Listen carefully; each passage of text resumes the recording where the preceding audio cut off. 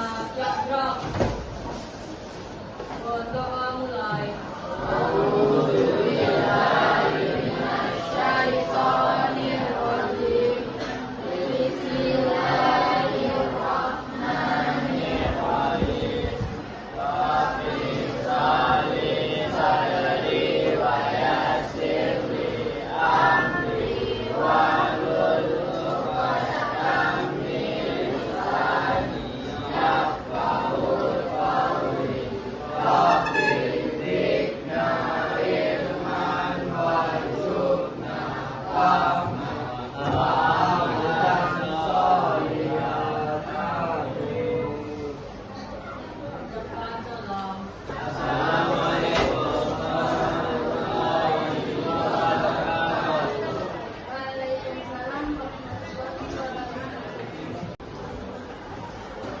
Abdul Rashid,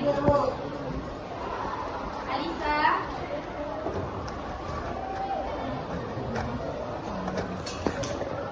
Alisa,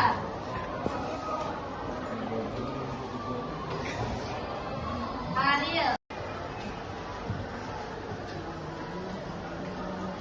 Assalamualaikum warahmatullahi wabarakatuh. Waalaikumsalam warahmatullahi wabarakatuh. Gimana kabarnya hari ini? Baik, Bu. Udah sarapan? Sudah. Ada yang belum sarapan? Enggak. Masih semangat untuk belajar hari ini? Masih. Oke. Sekarang semangat nih. Aku mau nanya, pembelajaran minggu lalu tentang apa? Apa itu peta? Gambaran permukaan bumi yang lain? Ada yang bisa menjelaskan lebih lengkapnya? Apa itu peta? Inggrisnya? Apa itu peta? Ya, yang lain ada lagi? Zara.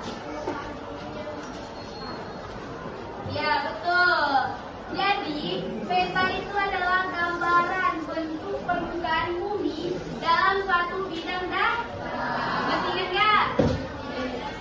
Oke, sekarang kita membahas tentang siapa yang ingat? Proyeksi peta. Oke.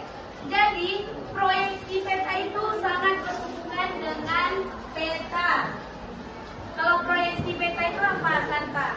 Proyeksi itu bagaimana cara kita menggambarkan bumi kan 3 dimensi, Bu. Ya. Untuk proyeksikan ke dalam peta yang 2 dimensi dan datar. Iya, betul. Jadi, kalau proyeksi peta itu memindahkan atau mentransformasikan dari bidang lengkung atau bentuk permukaan yang bulat menjadi suatu bidang datar atau menggambarkan dalam suatu bidang datar. Oke. Adapun tujuan pembelajaran mengenai proyeksi peta ini itu agar kita dapat mengetahui apa sih itu proyeksi peta, berapa sih jenis-jenis proyeksi peta dan apa manfaat dari proyeksi peta tersebut.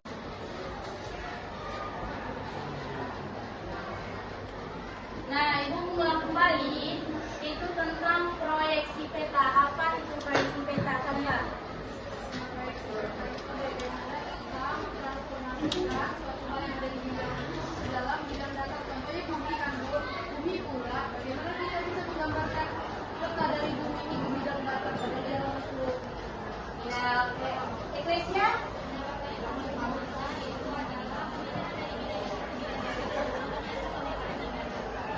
Ya, betul.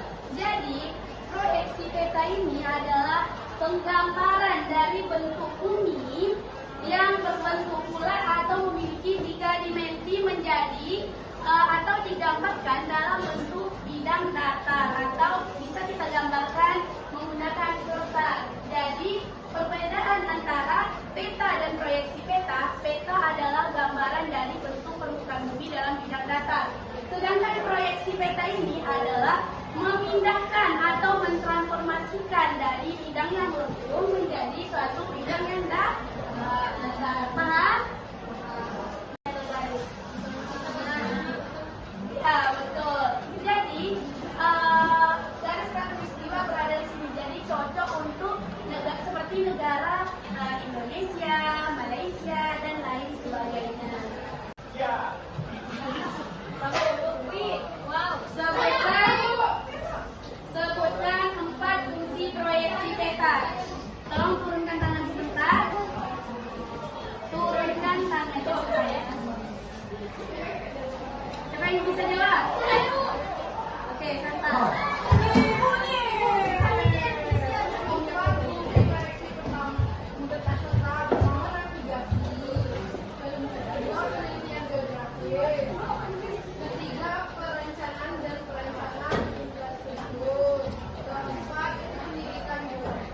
Pendidikan, oke, betul?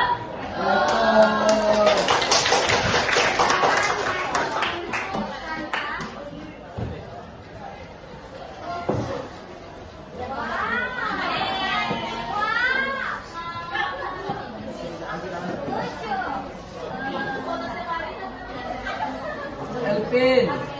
Untuk adik-adik, ibu akan bagikan ini, kemudian isi pada kolom mana yang benar, cocokkan pada gambar di sampingnya.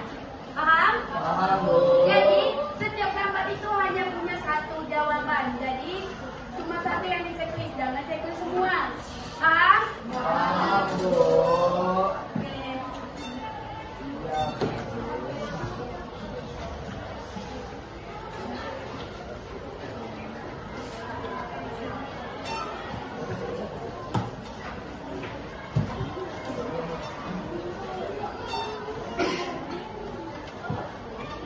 Sama ya.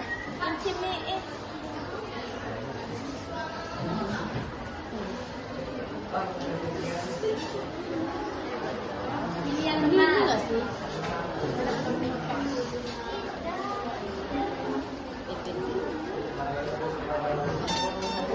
Jawaban saya sama dengan Ekle itu ada dua, yang pertama sama yang ketiga. Tapi Bu, saya boleh bilang nggak betul saya bedain ini? Boleh. Boleh. Kan Ekle bilang tadi itu dapat menggambarkan daerah sekitar Katulistiwa. Tapi saya buat ini Bu, mampu menggambarkan daerah yang lebih luas. Kenapa? Mereka bersesuai.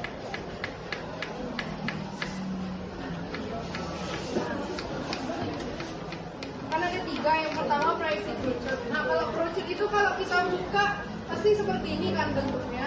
Jari-jarinya. Terus kalau yang kedua itu silindris, dia seperti ini. Kemudian yang ketiga itu yang proyeksi azimutal dan sebagian kutub saja. Nah dari sini kita melihat, saya jawabannya itu yang kedua, proyeksi silindris mampu menggambarkan daerah yang lebih luas. Kenapa? Di sini kita bisa lihat perbandingan antara ketiganya. Dari ketiga ini yang paling luas itu adalah yang berbentuk silinder. Jadi jawaban saya mampu menggambarkan daerah yang luas. Kemudian Ekle bilang kalau cocok untuk dapat menggambarkan daerah sekitar Katulistiwa. Bayangkan ini bumi ya kan? Katulistiwa berarti ini. Ya kan Bu?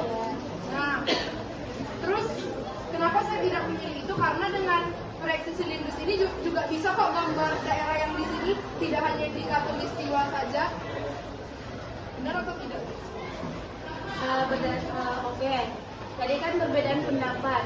Kalau Santa adalah memilih yang bagian yang mampu menggambarkan daerah yang luas. Sedangkan dalam proyeksi peta, silinder itu menggunakan proyeksi silinder dalam proyeksinya, menggunakan pola silinder. Nah, itu cocok pada bagian Katulistiwa. Katulistiwa ini bagian tengah atau garis tengah. Tahu kan garis Katulistiwa? Nah, di bagian Katulistiwa, jadi proyeksi silindris ini itu akan memotong dari sebelah, dari atas ini, memotong akan menyatu ke sini. Jadi seperti Ibu contohkan, cara pemotongan dari silinder ini seperti ini.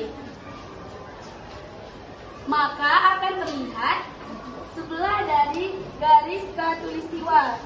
Ketika kita memindahkan dan adik-adik tentunya paham tentang proyeksi peta. Kita telah mempelajari apa-apa saja jenis proyeksi peta, mulai dari artinya, pengertiannya. Nah, di sini siapa yang bisa menyimpulkan tentang pembelajaran kita hari ini? Siapa yang bisa? Oke, tunjuk ya. Satu orang yang bisa menyimpulkan. Coba Stefanya. Stefanya.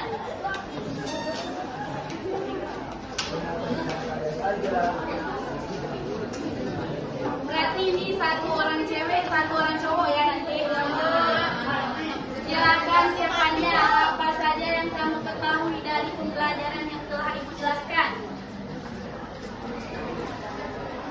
Jadi proyek itu ya boleh.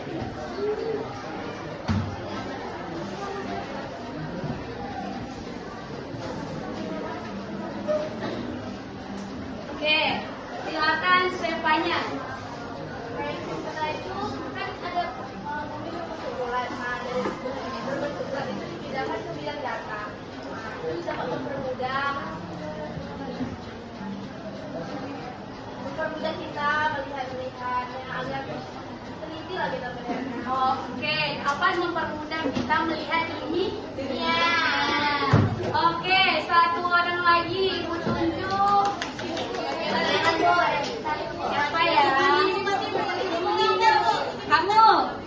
Silakan.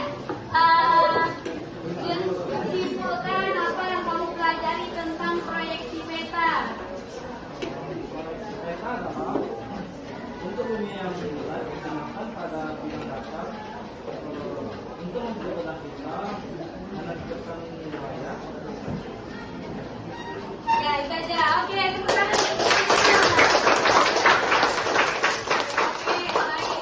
Jadi, Ibu simpulkan kembali, penting kita mempelajari proyeksi peta agar kita dapat mengetahui bagaimana cara memindahkan dari bentuk bidang bentuk menjadi bidang data. Dan juga proyeksi peta ini memiliki banyak manfaat bagi kehidupan kita. Salah satu contoh yang disebutkan tadi sebagai penelitian geografis. Kalau kita ingin melihat satu fenomena, itu contohnya peta rawan bencana. Jadi kita dari peta rawan bencana itu kita dapat melihat daerah mana saja yang daerah aman, daerah yang rawan, dan yang sangat rawan. Oke, paham? Oke, jadi itulah pembelajaran dari Ibu. Sekarang Ibu mau nanya kepada adik-adik, bagaimana pembelajaran hari ini? Menyenangkan tidak? Bagaimana yang menyenangkan?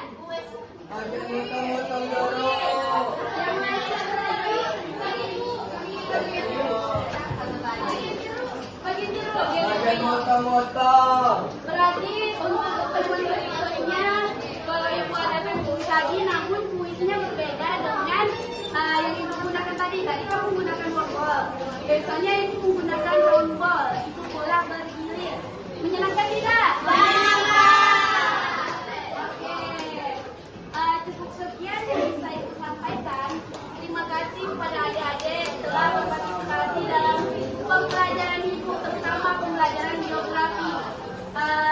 Semoga adik-adik sukses ke depannya.